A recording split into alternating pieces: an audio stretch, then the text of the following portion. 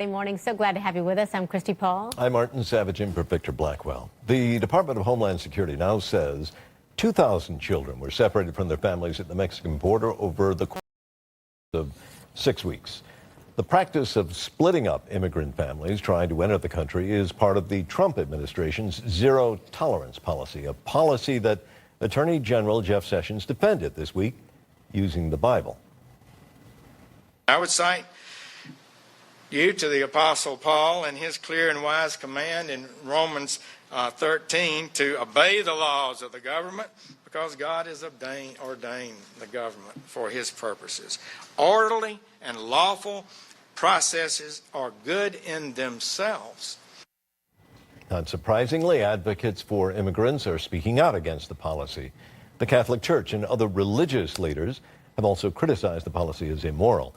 The U.S. Director of the Church Mobilization for World Relief, Matthew Soren, spoke to us earlier, and here's his perspective on the passage being used to justify Trump's policy.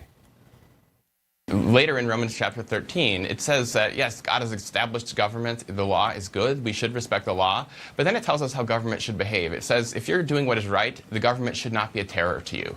And I think a terror is actually the word I would use to describe if I put myself in the shoes of a father from El Salvador who is so afraid of violence, of threats of violence, that he would take his children, seek asylum, as our U.S. laws allow, and make it to the U.S. border, only to have his children taken away from him. Reportedly, in some cases, children being taken away saying that they're going to be given a bath and then not brought back. That, to me, sounds like terror.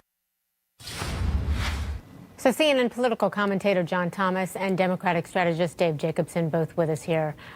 First of all, John, to you, what do you say to that thought that he is not the first one, I should point out, to say, Mr. Sorensen is not the first one to point out that he believes this, in a sense, is terroristic? Well, first of all, it hurts me to see these children used as political pawns, basically, for the left to gain amnesty. It also hurts me that adults are making bad decisions to break the law, break our immigration law, and bring their children across the border because they think they'll get citizenship that way. And the reality is this law has been on the books for numbers of years prior to the Trump administration. Now, it needs to be solved. But I hate it when you're seeing this, the convenience of this situation being used for political gain when somebody like Paul Manafort, who's being separated from his family now, there's no outcry, right? So it's the issue is it's politically convenient. It drives an agenda for the left, and they want to use it rather than enforcing the law. Paul Manafort, for one, is charged with lying, and he's an adult. He's not a child who's been separated from his family, which is different for one. But two, there are also allegations about President Trump himself using this as a political strategy, because he's, in a sense, many have asserted, saying, look at how bad this is. Yes, we need to fix it, but the president could fix this with one phone call. Well, it's he not could that, fix but, this but, part it's, of it. but it's not that simple, because if you're right, if you fix that, it will encourage more illegal immigration. He understands that you can't just put duct tape on the problem because you still have a leak at the border. You don't want to encourage illegal immigration, and that's what Trump would do if he changed this law without comprehensive fix at the border. More border security, building that wall, ending chain migration.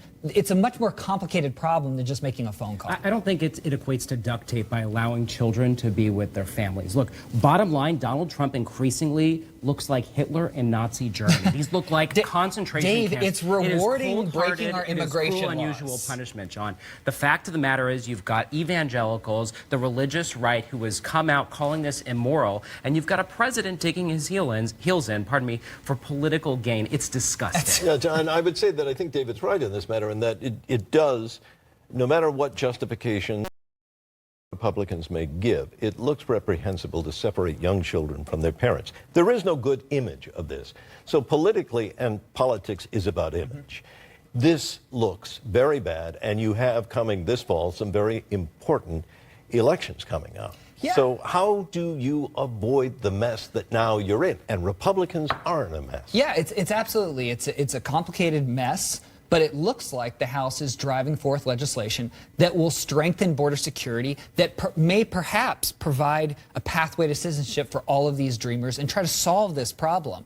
But you can't just put a duct tape and say, hey, we're going to reward adults for bringing their children here illegally. You can't do that either without a complete immigration fix. Remember, Donald Trump was elected largely on the promise not just to build that wall, but to fix our immigration problem But let me and ask you secure the this. border. If you think that somehow this is going to trickle back word of mouth to the people who are south of the border, if you're locking them all up, how is that message going to be spread? Is the government buying airtime down in Central America? Are they Are they spreading this warning? If they're saying, look, don't come to the U.S. because we are enforcing this policy, are they putting it out in Spanish or to all those countries down there and say, don't come? And if you're not, then Mark, literally what you're doing is locking people up. Perhaps they should, but I think history is our best guide for what happened. Up until recently, illegal border crossings were nearly at an all-time low. Why? We never paid for an ad in Spanish. It's because the election of Donald Trump and his rhetoric made it very clear all the way south of the border that if you come here, you're going to be arrested. They were at an all-time low without locking up children. So how do you explain now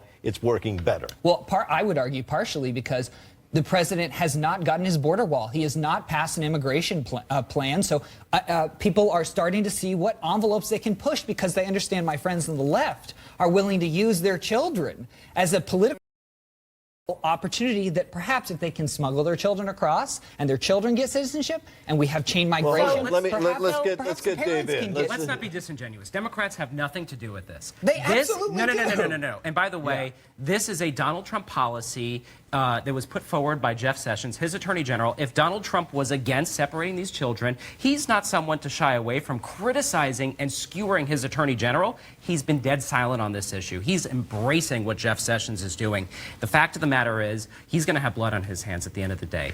These are children well, then that I are guess being Barack ripped Obama apart. has blood on his hands and George Bush has blood on his hands by the same... They're not separating children. Nobody separated children. The point is, this, as Stephen Collinson said, it's been 15 years. Right. How is it this falls not just on Republicans but on Democrats? Sure. This falls on both. Why is it they had 6 months to, well, they had years under the Obama administration, the Democrats did, to try to enforce some sort of legislative change. They had 6 months. The president gave them 6 months. They did nothing in those 6 months. Congress is to blame. How do they fix this? And can they fix this before the U.S. now has a liability of taking care of all of these children? They're going to run out of space. They're going to run out of resources. If something happens to any of those children, there's going to be somebody that's going to have to pay. And you know who's going to pay? The U.S. If a child is hurt or abused or lost. Well, look, the reality is there is a common sense plan that's being discussed in Congress that's bipartisan. That's the way that this should be done. We shouldn't have a hardline immigration plan that's not going to pass the Senate that the GOP leadership and Donald Trump are supporting. There is a moderate sort of middle ground place with Democrats and moderate Republicans that are putting forward legislation that does not include the border wall. It strengthens the border, but it provides a comprehensive pathway to citizenship for the DACA recipients. And let's not forget, it won't ever happen. And if it won't ever happen, you're not going to solve it. It will happen if Democrats take back the House in 2018. But meanwhile, how many families are separated while we wait for that? That just does not seem to be a realistic solution. Well, there are dueling plans. One provides funding for a border wall that the president indicated on Friday afternoon that he would sign. So, look, I'm optimistic that something will get done. I think something has to get done because you're right. That not only is it going to cost taxpayers, but it's boiling over, and it may become the fundamental issue as we go into the midterms. I think these have children, to change these because children the public are will going to be demand suffering. These children need to be taken care of. They need to be with their parents, and I think both sides agree with that. Even the president has said this is not his solution, but it's still happening. So thank you. We appreciate both of you coming here. Really. Thank you. John Thomas, Dave Jacobson. Appreciate your thoughts. Thank you. Take care. Absolutely.